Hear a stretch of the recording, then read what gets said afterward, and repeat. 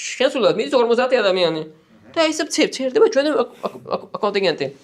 თან ეხა ბრძოლის უნარიანებით ბევრი არ ვიყავით, ხომ? ესეც ძალიან მოქმედებს, რომ დაჭრილები მოდიან ძალიან ბევრი და როგორც ვთქვი, ქალაქში არსებულ ქაოსი. რატო ხდება, რომ ყოველ დღე ბომბავენ ქალაქს?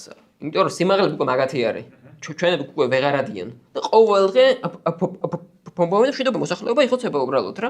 და რა თქმა უნდა, ეხა ადგილზე ცხოვრობ და შენ ხო მინიმუმ აქ აგიჩნდება შეკითხვა, რა ვქნა, ანუ ბიჭებო თუ იცავთ მაშინ დავიცვათ, თუ არ ვიცავთ, გითხართ და წავალთ უბრალოდ, ხო? და მშვიდობიანად გავალთ, ეს გენოციდი არ მოხდება.